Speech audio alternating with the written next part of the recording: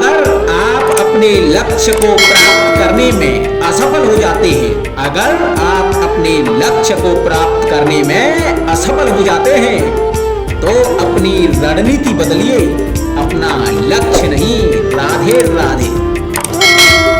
एक इंसान सफल जब होता है, एक इंसान सफल जब होता है, वो दुनिया को नहीं खुद को बदल देना शुरू कर देता है। निंदा से भयभीत होकर अपने लक्ष्य को ना छोड़ें मित्रों, निंदा से भयभीत होकर अपने लक्ष्य को ना छोड़ें, क्योंकि लक्ष्य मिलते ही अक्सर निंदा करने वालों की राय बदल जाती है। मेहनत इतनी खामोशी से करो, मेहनत इतनी खामोशी से करो कि आपकी सफलता शोर मचाती है। ये लोगों की गलतफहमी है कि ये लोगों की बहुत बड़ी गलतफहमी है। इस संसार में कोई ऐसी मंजिल नहीं, कि इस संसार में ऐसी कोई मंजिल नहीं जिस तक पहुंचने का रास्ता ना बना हो।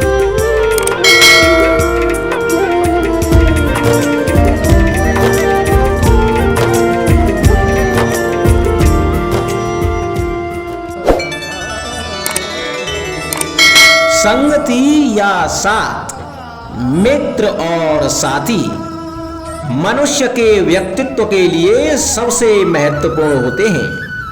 अब आप कहेंगे कि ये कैसे?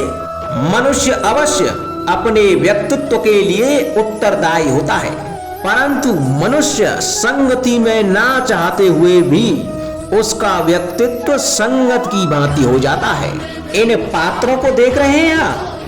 मध्य में जल रखा है, इसमें दूध और इसमें मलिन कीचड़ रखा है। यदि मैं इस जल को दूध में मिलाता हूं तो यह जल दूध बन जाता है, और यदि इसी जल को इस मलिन कीचड़ में मिलाता हूं तो यह जल या मलिन कीचड़ में परिवर्तित हो जाता है। हाँ, ऐसी कोई युक्ति नहीं कि जल बिना घुले मिले दूध या कीचड़ में अपना अस्तित्व बनाए रखे या इनसे अलग बना रहे। और ठीक ऐसा ही मनुष्य के जीवन में भी होता है कि यदि एक गुणहीन व्यक्ति गुणवानों की संगत में बैठे तो उसे भी गुणवान समझा जाता है, सम्मान का पात्र समझा जाता है। और यदि एक गुणवान व्यक्ति गुणहीनों की संगत में बैठे तो उसे भी तिरस्कार मिलता है। इसलिए अपने जीवन में संगति सोच समझकर सावधानी से चुनिएगा। कभी खेत में किसी किसान को खेती करते देखा है? वो उसे सींचता है, जोतता है, पशु पंछियों से खेत की फसल की रक्षा करता है, परंतु एक बात का वो सबसे विशेष ध्यान रखता है कि कहीं खेत में खरपतवार न उग जाए, क्योंकि एक खरपतवार का लान खेत की सारी फसल को नष्ट कर सकता है। ठीक उसी प्रकार यदि वंश की कोई संतान खोटी निकल जाती है तो वह समूचे वंश का सर्वनाश कर देती है। इसीलिए संतान के लालन पालन में ध्यान देना आवश्यक होता है, क्योंकि संतान वो फसल होती है जो वंश की आने वाली पीढ़ी को महान बना सकती है या फिर वंश का पतन भी कर सकती है। जीवन में कई बार ऐसे अवसर भी आते हैं कि आप लोगों से मिलने जाते हैं और उनसे कुछ आकांक्षाएं भी रखते हैं, और कई बार जीवन में ऐसे अवसर भी आते हैं कि लोग आपसे मिलने आते हैं। इसलिए अतिथियों का सम्मान करने से पूर्व सदा कुछ बातों को स्मरण रखना आवश्यक होता है। यदि कोई आपसे मिलने आ सकता है तो उसके 3 कारण हो सकते हैं। पहला कारण होता है भाव, दूसरा अभाव और तीसरा प्रभाव। तो जैसा अतिथि उसको वैसा ही सम्मान दें। यदि आपके पास कोई भाव से आया तो उसे केवल आपका प्रेम चाहिए, आपका सानिध्य चाहिए, और यदि कोई अभाव में आया तो उसकी उतनी सहायता अवश्य करें कि जितनी आप करने में सक्षम हो, परंतु उतनी भी ना करें कि वो आपकी सहायता का दुरुपयोग कर बैठे। और यदि कोई प्रभाव में आया तो स्वयं पर अभिमान ना करें, क्योंकि जीवन में कभी ना कभी आप भी भाव अभाव प्रभाव के चक्रव्यूह में फंस सकते हैं।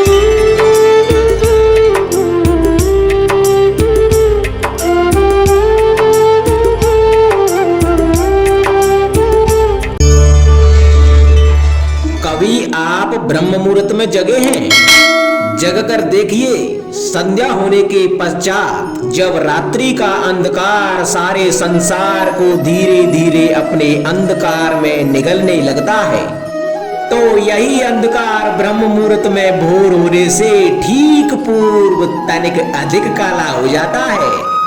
कुछ समझे, हमारा जीवन भी कुछ ऐसा ही होता है। जब हमारे जीवन की समस्याएं कठिनाई अपने अंत पर होती हैं, तो यही समस्याएं कठिनाई एक भीषण रूप लेकर हमारे समक्ष खड़ी हो जाती हैं, और ऐसी परिस्थितियों में अधिकतर लोग हार मान जाते हैं, भय खा जाते हैं।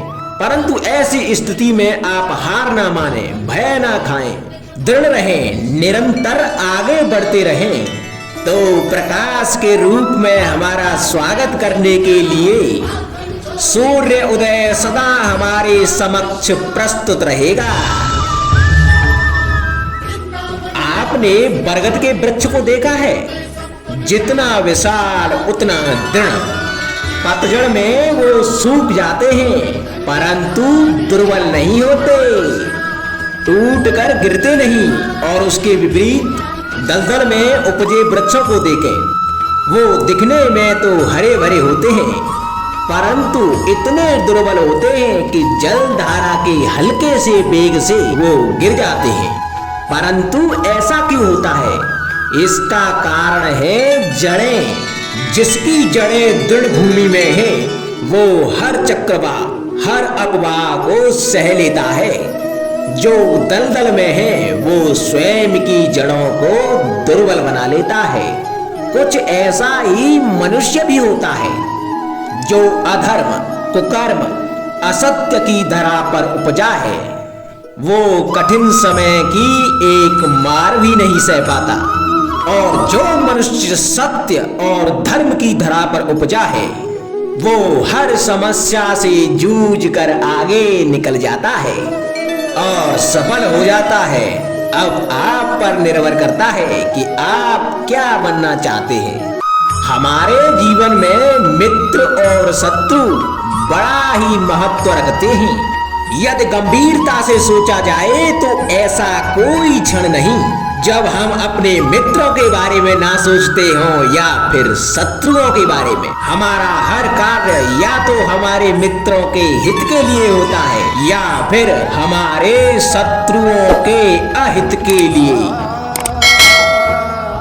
हम हर स्थान या तो अपने मित्रों के साथ होते हैं या फिर अपने शत्रुओं के साथ।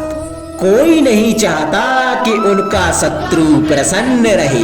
संसार में हर कोई अपने शत्रु को नष्ट कर देना चाहता है, और ऐसा करने के लिए वो हर संभव प्रयास करता है। उसे आर्थिक मानसिक और शारीरिक हानि पहुंचाने का प्रयास करता है।